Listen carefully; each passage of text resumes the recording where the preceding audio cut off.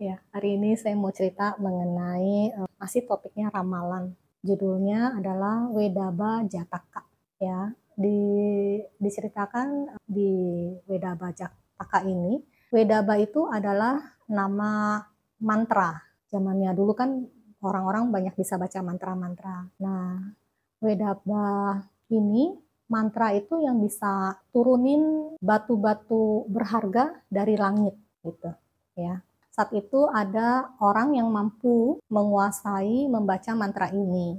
Kemudian Buddha kita itu saat itu terlahir sebagai bodhisatta yang adalah merupakan murid beliau. Nah, satu hari guru ini harus melakukan perjalanan ke suatu tempat gitu. Jadi diiringi sama muridnya melintasi suatu tempat yang ternyata di tempat itu ada perampok. Ada 500 orang perampok gitu. Perampok ini dikenal adalah sebagai kayak perampok yang nangkep orang terus minta tebusan. Nah, karena kan yang dalam perjalanan itu adalah guru dan murid gitu ya.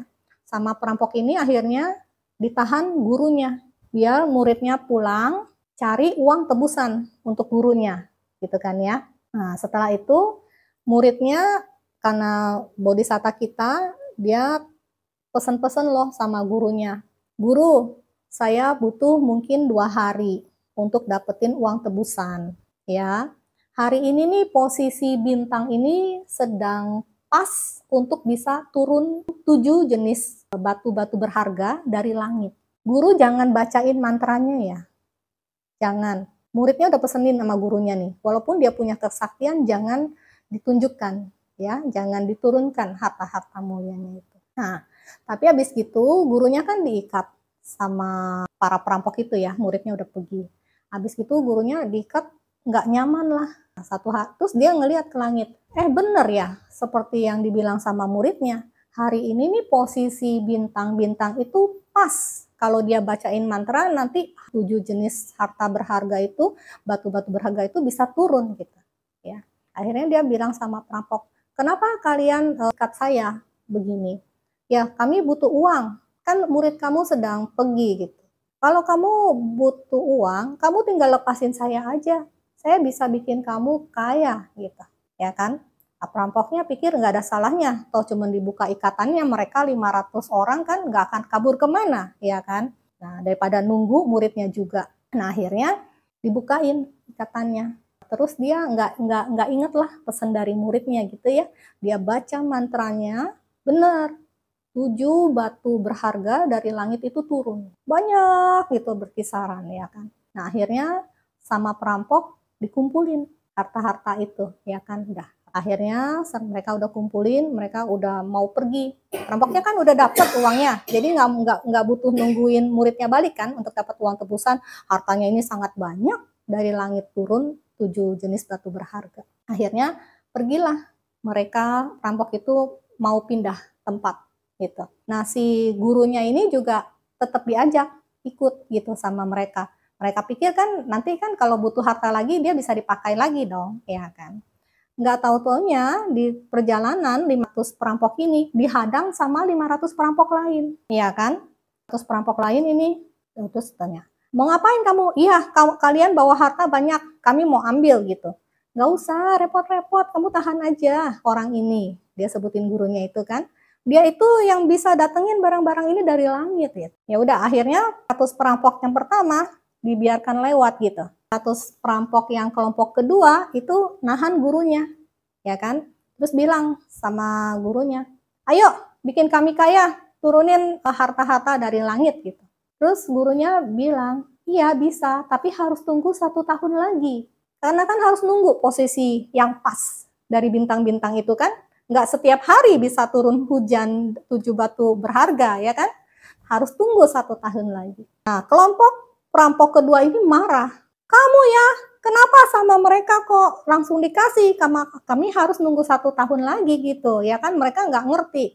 Akhirnya sama mereka karena mereka marah gitu ya, kesal ya kan? Kan tadi udah lihat hartanya banyak berlalu. Mereka bunuh loh si gurunya itu, meninggal, mati. Kemudian si perampok yang ini yang kedua kan nggak terima dong, seakan-akan kan dibodohi sama perampok yang pertama kan, diuber lah perampok yang pertama. Nah, mereka juga akhirnya dibunuh. Hartanya diambil kan sama yang kelompok kedua. Namanya serakah, orang serakah. Harta sebanyak apapun kalau dibagi 500 orang sedikit kan? Serakah kan? Akhirnya di kelompok mereka pun saling bunuh-membunuh ya. Singkat cerita akhirnya tinggal 2 orang. Satu bertugas untuk jaga harta di tempat itu, yang satu dikirimin tugas untuk cari makanan. Karena mereka udah lapar kan? Mereka harus cari makanan keluar dari hutan ke kota situ ya, cari makanan. 2 orang ini pun serakahnya minta ampun. Harta sebegitu banyak kalau dibagi 2 sebenarnya cukup ya kan. Tapi karena serakah gitu ya, namanya serakah tuh nggak ada habis-habisnya. Nah akhirnya yang pergi cari makanan, dapat makanan. Makanannya dikasihin racun. Dia pikir nanti kan di sana dia makan keracunan, mati. Hartanya buat dia, ya kan? Sedangkan yang jaga harta di sana langsung mikir, wah kalau dia datang saya bunuh dulu. Kan saya udah dapat, di situ saya makan gitu. Baru saya pindahin lagi ke tempat lain gitu kan ya. Nah udah, jadi yang udah cari makan pulang, nah baru nyampe dia baru dikasihkan gitu makanannya, langsung dibunuh. Nah tinggal dia sendiri, dia nggak tahu kalau makanannya diracunin, dia makan, mati juga ya. Nah baru setelah 2 hari berlalu, muridnya pulang, dia menemukan bahwa gurunya sudah meninggal gitu, sudah dibunuh. Wah, dia dalam hati, wah guru saya nggak ngikutin nasihat saya ini. Pasti dia udah bacain mantra Wedaba itu gitu ya. Nah, akhirnya dia melanjutkan perjalanan, dia ketemu mayat 500 perampok ya. Kemudian juga terus sampai akhirnya menemukan 2 perampok yang meninggal terakhir. Kemudian setelah menyadari situasi, akhirnya Bodhisatta berpikir bahwa memang keserakahan itu nggak akan ada habisnya, ya. Mau bagaimanapun nggak akan ada habisnya. Dan akhirnya Bodhisatta membawa semua harta-harta tersebut ya ke tempatnya tinggal. Nah, kemudian di sana beliau melakukan dana kepada banyak orang. Jadi memanfaatkan harta-harta yang ada untuk menjadi kebajikan dengan cara berdana ya, tidak selalu menimbulkan keserakahan tapi menimbulkan kemurahan. Kita murah hati dengan berdana kepada orang-orang yang membutuhkan ya, juga menyokong juga supaya agama Buddha terus berkembang ya. Karena kebajikan beliau akhirnya bisa terlahir di alam yang baik. Nah, inti dari cerita di sini adalah keserakahan. Biar bagaimanapun keserakahan itu nggak akan ada habis-habisnya.